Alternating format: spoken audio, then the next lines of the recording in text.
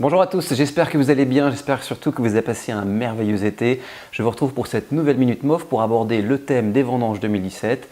Alors que faut-il penser de cette vendange qui arrive? Que doit-on surtout retenir de cette vendange et où en sont à peu près les viticulteurs? J'ai été pour vous un petit peu sillonner le vignoble et je vous confie aujourd'hui mes secrets de sommelier. Alors 2 points à retenir sur la vendange 2017, il va falloir noter que d'abord en termes de quantité, il y a un petit problème à régler, c'est qu'on note qu'il y a à peu près 18% de pertes au total sur la majorité des vignobles de l'Hexagone, donc c'est quand même pas mal bien sûr de dégâts qui sont liés aux gelées de printemps on a eu un mois de mars assez précoce, assez chaud et puis derrière la gelée a quand même terrassé pas mal de vignobles comme la Champagne, comme Savenière, comme Bordeaux qui ont été majoritairement impactés. Le reste de vignobles s'en sort pas trop mal on va dire, mais 2017 s'annonce finalement aussi pas mal productif puisque après certaines années très peu productives dans certaines régions, évidemment les vignerons ont un taillé un peu plus long et on s'aperçoit qu'il y a quand même pas mal de rendement sur certaines charges de raisin, pas mal de sorties de raisin surtout aussi quand la vigne est compensée. Donc on va avoir à la fin un mélange en production, certainement pas une année normale, 18-20% de moins en global, mais il y aura quand même pas mal de raisins. Alors pour rentrer un petit peu dans les détails, il est bien de noter que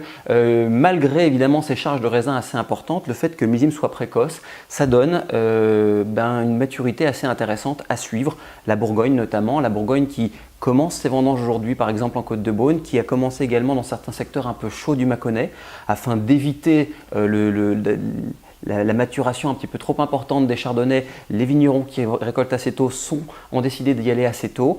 Il faut éviter évidemment sur les chardonnays la concentration par évaporation d'eau, il faut qu'il y ait une belle maturation. Donc là le petit orage de ce week-end devrait faire du bien également pour détendre un petit peu les matières, puisque quand il fait 36-37 les degrés montent très vite et les pH montent également. Donc il faut faire attention. Les pinots noirs en Bourgogne sont par contre eux parfaitement sains, ça c'est très encourageant, pas trop de foyers de pourriture, pas de botrytis, pas de choses comme ça, donc ça c'est très encourageant. On annonce une très belle vendange de pinot noir, surtout en Côte de Nuits, à Gevrey-Chambertin, ils sont très enthousiastes.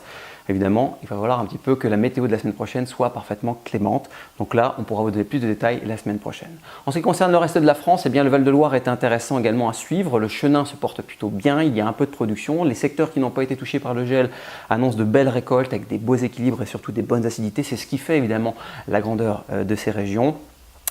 Montlouis par exemple où j'étais hier est assez enthousiaste à l'idée de faire une vendange entre le 5 et le 10 septembre avec un état sanitaire parfait et des beaux équilibres. Évidemment il va falloir que la semaine prochaine soit clémente pour ça.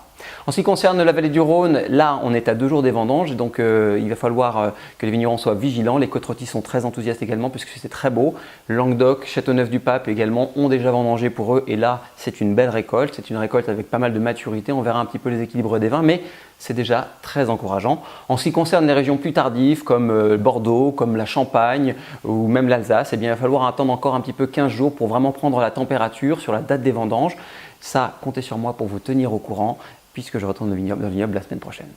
Voilà pour une présentation du millésime 2017, j'espère que cette vidéo vous a plu. N'hésitez pas à me poser des questions sur le site de chefd'oeuvre.fr si vous en avez. À très bientôt pour une nouvelle vidéo.